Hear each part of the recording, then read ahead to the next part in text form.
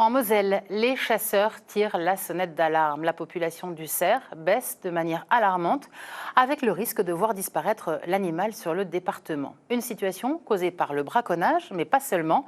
Selon les chasseurs, les plans de chasse imposés par la préfecture seraient trop exigeants. Près de Hombourg-Budange, les précisions de Colline L'Expert et Frédéric Madier. Il y a quelques jours, des chasseurs découvraient un cerf braconné, depuis réduit en carcasse, dans le massif de la Canère. Pour nous, c'est un problème récurrent, parce que dès que les coiffés arrivent dans le bon âge, ce qu'il y a tout à fait maintenant, le début de saison, ils sont jolis et que ça excite les convoitises. Et on a même déjà retrouvé des carcasses sans tête.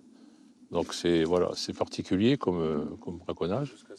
Il s'agirait au moins du 5e cas de braconnage de cerfs sur le massif en l'espace de 2 ans. Une problématique qui s'ajoute aux inquiétudes de la Fédération départementale des chasseurs.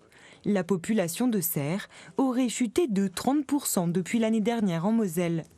Une situation préoccupante que ces chasseurs attribuent notamment à des plans de chasse trop exigeants imposés par la préfecture. Depuis plusieurs années, on nous impose des plans de chasse, donc des obligations de tirer des animaux qui sont beaucoup trop importants pour les populations qui sont actuellement présentes sur les massifs. Donc ce qu'on demande, c'est une diminution de 30 à 40%, voire 50% sur certains endroits, des plans de chasse cerfs. En parallèle, dans le massif de la Canère, ces chasseurs mosellans réalisent des prélèvements génétiques sur les cerfs tués lors des battues. Ils souhaitent vérifier le brassage génétique nécessaire à la survie de l'espèce. Le brassage génétique se fait avec les Allemands, puisqu'on a la frontière pas loin d'ici. On espère de trouver au moins 20% de brassage génétique. Ces prélèvements serviront aussi à démontrer un brassage entre les cerfs allemands et ceux de ce massif. Un moyen de s'opposer à un projet de panneaux photovoltaïques outre-Rhin qui mettrait en péril le corridor permettant ce mix génétique.